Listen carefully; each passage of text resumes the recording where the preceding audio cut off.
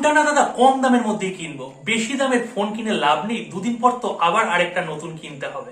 হ্যাঁ বন্ধুরা, আপনারা অনেকেই চান 10,000 থেকে 11,000 টাকা এইরকম প্রাইস রেঞ্জের মধ্যে একটা স্মার্টফোনকে ক্রয় করতে। আপনাদের জন্য বিশেষ করে এই ভিডিওটা প্রচন্ড গুরুত্বপূর্ণ। অবশ্যই ভিডিওটাকে শেষ পর্যন্ত দেখার অনুরোধ রাখলাম। আর যারা এখনো সাবস্ক্রাইব করেননি, একটু ভালোবেসে একটু সাপোর্ট করুন, চ্যানেলকে এগিয়ে নিয়ে যান, বাংলা ভাষাকে এগিয়ে নিয়ে যান। সাপোর্ট করুন, সাবস্ক্রাইব করুন, অবশ্যই নোটিফিকেশন বেলটাকে প্রেস করে অল করে দেবেন। তো বন্ধুরা, আপনারা অনেকেই চান ইন্ডিয়ান মার্কেটে 10,000 টাকা প্রাইস রেঞ্জের মধ্যে একটা স্মার্টফোন ক্রয় করার জন্য, এবং বাংলাদেশে হয়তো 11,000 টাকা এইরকম প্রাইস রেঞ্জের মধ্যে একটা স্মার্টফোন পারচেস করার জন্য।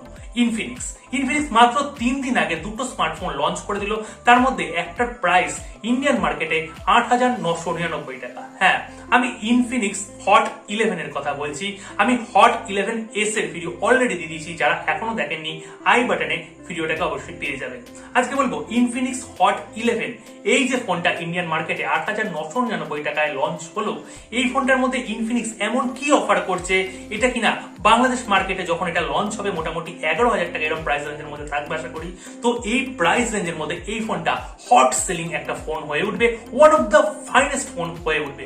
অবশ্যই শেষ পর্যন্ত দেখবেন। তো বন্ধুরা, এখানে ইনফিনিক্স যে কাজটা করছে, এক কথায় অসাধারণ কাজ করছে। যদি এই ফোনটার ডাইরেক্ট স্পেসিফিকেশনে চলে যাই, যদি ডিসপ্লে সেকশনের কথা বলি, একটা স্ট্যান্ডার্ড ডিসপ্লে দিচ্ছে।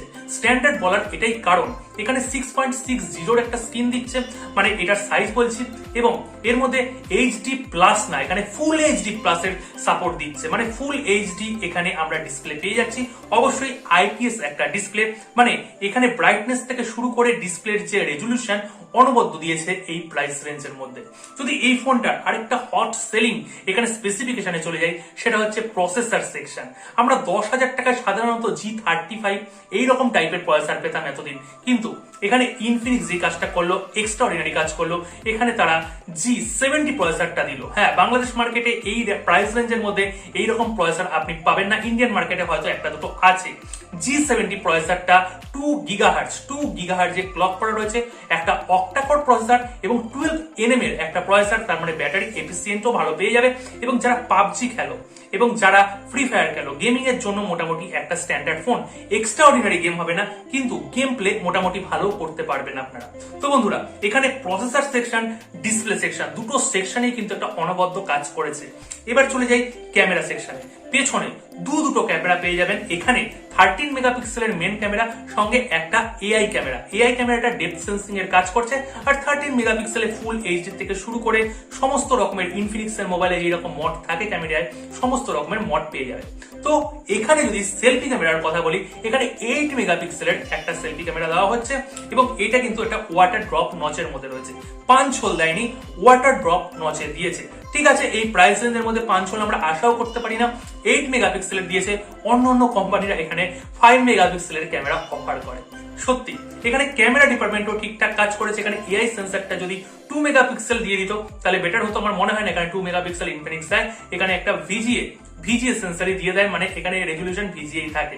ব্যাটারি সেকশনের কথা বলি, এখানে 5020 এর ব্যাটারি থাকছে, সঙ্গে এখানে টাইপ সি কানেক্টিভিটি থাকছে। হ্যাঁ, টাইপ সি কানেক্টিভিটি আন্ডার 10,000 এর মধ্যে ভালো কাজ করেছে।